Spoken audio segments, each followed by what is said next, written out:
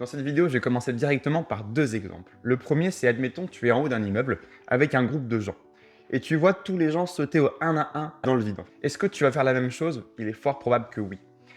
Deuxième exemple, tu es au collège, tu n'es pas forcément bien intégré et tu sais que les gens de ta classe vont fêcher complètement les cours. Est-ce que tu vas faire comme eux? Il est fort probable que oui. Tu dois connaître cette phrase-là qui dit que tu es la moyenne des 5 personnes avec qui tu passes le plus de temps. Elle a été dite par un conférencier américain sur la motivation, Jim Rohn. C'est une phrase que j'adore en fait, parce qu'elle est très révélatrice. Pour faire très simple, si tu passes la majorité de ton temps avec 5 milliardaires, il est fort probable que tu deviennes aussi milliardaire. Si tu passes la majorité de ton temps avec des types qui sont alcooliques et qui font rien de leur journée, il est fort probable que tu deviennes alcoolique et que tu fasses rien de tes journées non plus.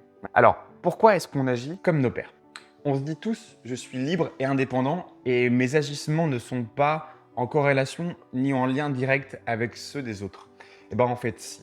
En fait si, parce que tu ne peux pas mettre de côté ton désir d'intégration, il est tellement fort que tu vas finir sans forcément, consciemment, par agir comme les autres, d'accord? Nous sommes des êtres sociables, câblés pour agir comme justement notre entourage. C'est ça la problématique. À l'époque des cueilleurs-chasseurs, il se trouvait que si toute ta tribu allait vers l'est, tu allais la suivre. Tu ne voulais pas te retrouver tout seul parce que on a en fait cette peur du rejet et cette peur en fin de compte de la solitude. Il se trouvait que si on se retrouvait être rejeté, on se retrouvait seul.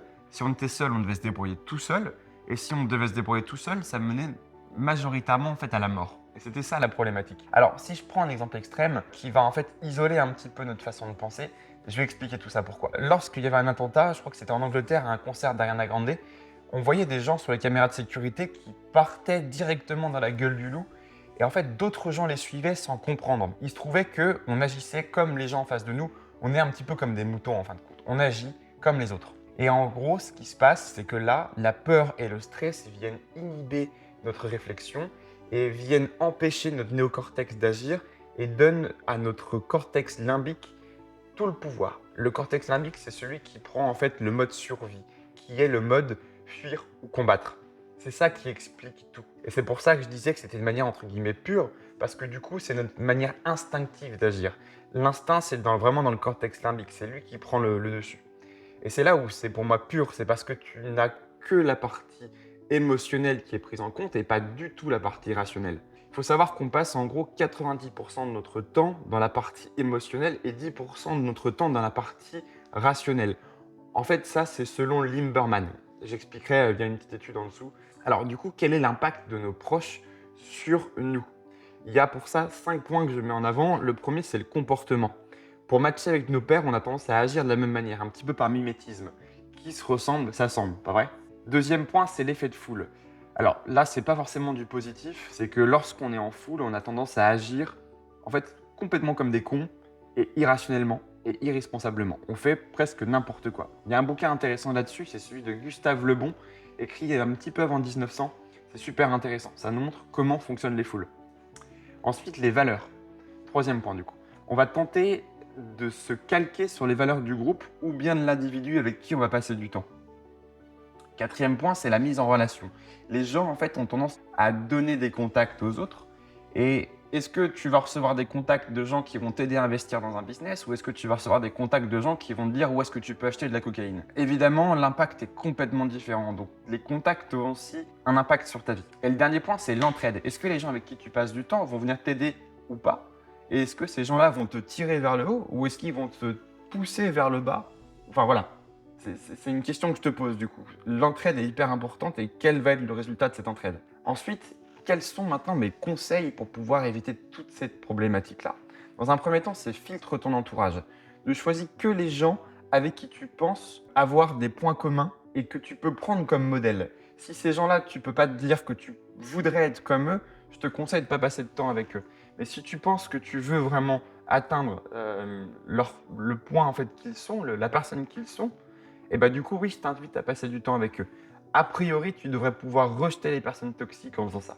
Deuxième point, c'est deviens indépendant. Il y a une phrase que j'aime bien, c'est pour savoir vivre en groupe, il faut d'abord savoir vivre tout seul.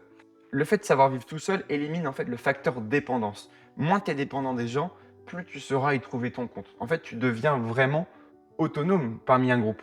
C'est ça qui est intéressant. C'est aussi pour cette raison-là que j'aime bien la solitude. Alors, je précise, celle qui est voulue, non pas celle qui est imposée. Troisième point, savoir faire la différence entre tes amis et tes relations. Ça veut dire quoi? Ça veut dire que on a tendance à pas trop savoir comment se faire des amis. L'ami, c'est celui qui sera capable, pour moi, d'écouter tes problèmes et qui sera capable de prendre à bras le corps les problématiques pour les régler avec toi. Quelqu'un qui est prêt à se mettre en fait dans la merde avec toi, ça peut clairement être un ami. Et c'est aussi une relation bilatérale où tu es capable de faire la même chose pour lui. C'est ça un ami. Si tu estimes que tu es capable de parler des choses les pires avec cette personne-là, c'est que c'est un ami. Si tu ne peux pas parler de tes problèmes avec cette personne-là, c'est que c'est probablement pas un ami.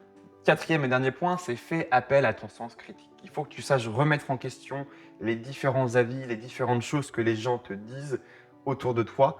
En fait, c'est un petit peu comme la science. On remet constamment les choses en question, constamment nos hypothèses pour pouvoir les vérifier.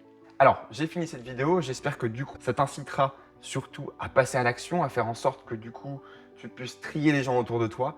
Et si tu as les bonnes relations autour de toi, il n'y a pas de raison à ce que tu ne puisses pas devenir une personne performante et qui aille vraiment accomplir ses projets. Pour ça, c'est primordial de bien s'entourer de gens que tu peux avoir comme modèle.